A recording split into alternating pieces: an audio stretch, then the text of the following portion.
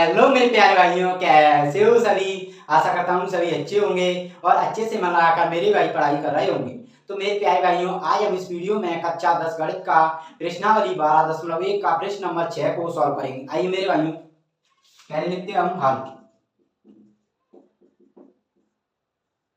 देखो, दवा का एक कैप्सूल एक बेलन के आकार का है जिसके दोनों सिरों पर एक एक अर्धगोला लगा हुआ है। देखिए आकृति 12.10 में दिया गया है। देखो ये बेलन के आकार का है जिसके दोनों सिरों पर क्या एक मतलब एक एक अर्धगोला लगा हुआ है, देख सकते हो। ठीक है, पूरे कैप्सूल की लंबाई कितनी है? 14 mm और उनका व्यास कितना है? 5 mm। इसका पृष्ठीय क्षेत्रफल ज्ञात कीजिए। तो देखो इसमें तीन चीजें, एक तो बेलन है, दो अर्धगोले हैं।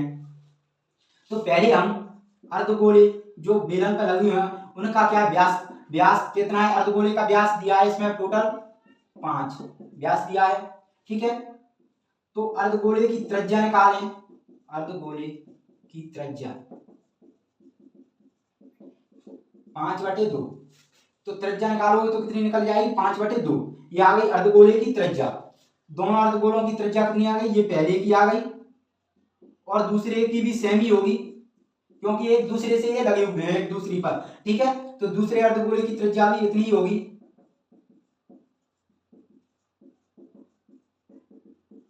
त्रिज्या अब निकालना है हमको क्या? बेलन की ऊंचाई। बेलन की ऊंचाई निकालनी है।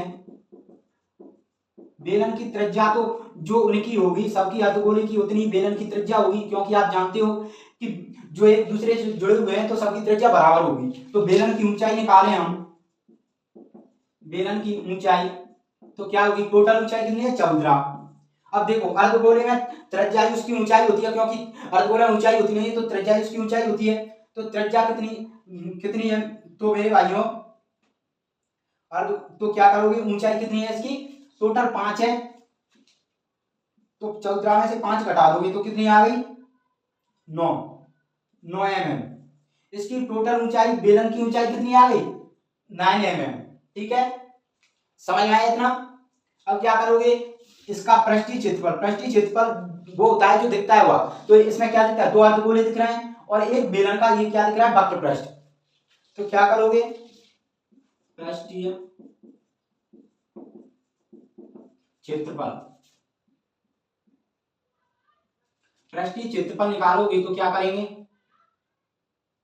बेलन का वक्र पृष्ठ CSA प्लस दो अर्धगोले तो 2 इंटू अर्धगोले का वक्र पृष्ठ 2S इंटू CSA। तो कितना होता है? बेलन का वक्र पृष्ठ 2πRH, अर्धगोले का 2 इंटू 2πr²। ठीक है, इतना सभी भाइयों को क्लियर हुआ? अब यहां से सॉल्व करोगे तो देखो 2πRH प्लस 2 दूनी 4 4πr²। अब यहां से कॉमन ले सकते हो आप। क्या कॉमन आएगा? दोनों में से 2π कितना बचाएगा? दोनों में से आ जाएगा 2πr कॉमन। कितना बचाएगा? h प्लस 2π h प्लस 2π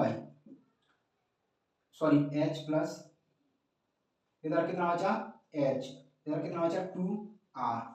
ठीक है, h प्लस 2r। अब 2π की वैल्यू 22/7 इंटू त्रिज्या कितनी है? 5/2। ऊंचाई कितनी है? 9 प्लस 2 इंटू 5/2।